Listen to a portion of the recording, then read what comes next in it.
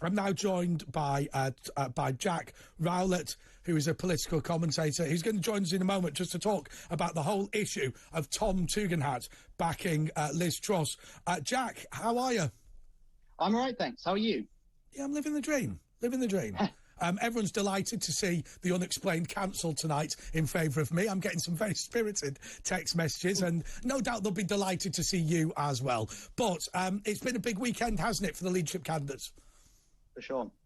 For sure, yeah, and I think, as you mentioned, you look at Tom Tugendhat coming out in support of Liz Truss. I think that really suggests the way the wind is blowing. It does look like it's sort of game over for Rishi Sunak, really, that people who aren't necessarily on the same wing of the party as Liz Truss are now backing her. We've also had Brandon Lewis, of course, as well, and it does look like she, for better or worse, she's going to win.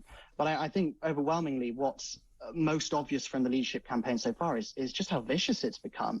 I mean, we've had all these off-the-record briefings, all these insults hurled at each other on the hustings and in the debates, and we've had all the stuff with Nadine Dorries accusing Sunak of staging a Tudor-esque coup today. And I think it's really going to damage the brand of the Tory party in the long term for whoever wins this leadership contest. But is the brand of the Conservative Party not pretty badly damaged already? I mean, if you look at the whole situation with Boris Johnson, I mean, whatever you think about him, he's somebody that was able to bring back northern working class and middle class voters in a way that nobody had done since, well, probably even before Margaret Thatcher. And yet nobody in the Conservative Party was interested. And my own view is that the Conservative Party dumped Boris Johnson because he was insufficiently weak on the European Union. Well, I think the reality is that both of these two candidates in the race are unlikely to be able to hold that northern support. You've got Liz Truss with her sort of Thatcherite tribute act, and Rishi Sunak with his many hundreds of £1 million and his no working class friends. And I think maybe that is the thing that they will most miss about Boris Johnson, is that I think they will lose those northern seats. I mean, by the way, there is one good thing. No working class person has got to have a friend like Rishi Sunak. So the feeling's mutual overall. Well, I'm sure. But yeah, I think that is the thing that they probably will miss about Boris Johnson going forward. And, those red wall seats may well be the difference between a majority and losing to Keir Starmer at the next election. And there's been all this debate about tax cuts, but actually very little debate about how you actually hold on to those seats, about what levelling up looks like, for example. And I think there's a real absence of actual proper talk on policy in this leadership contest. It's all about personality and personal attacks.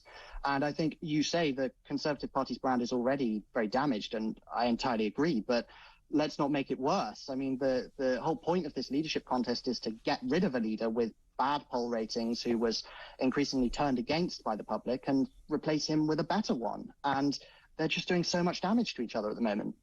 Yeah, absolutely. What do you make of this policy of £10 for anybody who misses 2 consecutive GP appointments? Look, I freely admit that I believe that the abolition of the NHS is the new Brexit. I think that we are moving towards having a much more sensible system of healthcare in this country. But the NHS has been the holy grail, and the idea of even fining somebody who doesn't turn up was anathema a couple of years ago. But then again, I get the impression that a lot of people have changed their opinion, and maybe this isn't just the massive vote loser of a policy that I would have expected it to be for Rishi Sunak. Well, yeah, I think if you look at the NHS at the moment is buckling under the pressure. Most other developed countries don't run their healthcare systems in the way that we do. You look at Europe, you look at countries like Germany and the Netherlands, they have non-kind of socialist healthcare systems as we do, and they have better outcomes. But I think this sort of policy from Rishi Sunak it sort of misses the point, in that we need proper structural reform of how healthcare works in this country.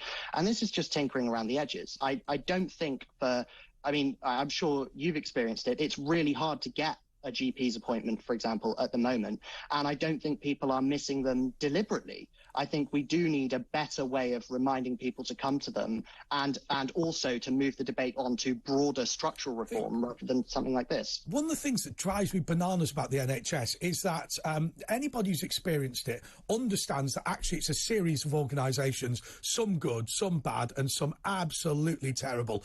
We always hear about people saying, we shouldn't privatise the NHS. Well, hang hang on a second. Private sector involvement in the NHS is very simply this. Every single GP is self-employed. Every GP's surgery is a private healthcare company. That is a fact. And to be honest with you, if you say that we're overpaying the private sector, I completely agree with you. I think the ludicrous idea that we're going to train people for 12 years to dole out, you know, antibiotics to children, I think is ludicrous. But it's all trade union agreements, isn't it? The BMA insist that, you know, half the medical treatment that could be done by nurses are done by doctors as well. That means you have to have GPs in every single community, or rather you have to have doctors in every community, rather than nurse-led clinics. The countries that have these nurse-led clinics do far better. And then what you do is you put your actual doctors into hospitals. God, doctor in a hospital, that's an unbelievable idea, right? Well, I think the problem is we can't have these conversations. Very few people are having these conversations because there's such a there's so much praise for the NHS. And don't get me wrong, I think lots of people have had great experiences with the NHS, but lots of people have had very poor experiences too.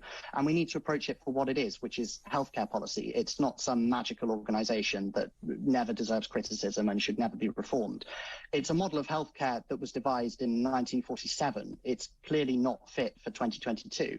But I think to draw it out broader, it represents the fact that in this Tory leadership contest, we're not seeing many of the big issues being discussed. It is so much about personality.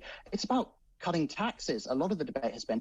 And actually, you look at the two candidates' opinions on taxes. Rishi Sunak is saying, I don't want to cut taxes now because of inflation, but I will before the next election. Liz Truss is saying, I'm going to cut taxes now. There's not a huge difference between the two of them. The same on climate policy, the same on healthcare policy. There's actually very little difference. And I think the Conservative Party has done itself no favours by putting these two candidates into the final two, instead of people like Kemi Badenoch and Penny Mordaunt, who were so much more popular with party members. I mean, I couldn't believe Rishi Sunak says that he's behind, but he believes it's not as a result of racism, which basically is just an allegation of racism, isn't it? But of course, Kemi Badenoch would have won had she been up against Liz Truss. Well, it certainly looks like it. There was polling out from YouGov, I think, today, saying that Liz Truss is the first choice of just 6% of Tory members. And I think Kemi Badenoch and Penny Mordaunt were neck and neck on about 29% each.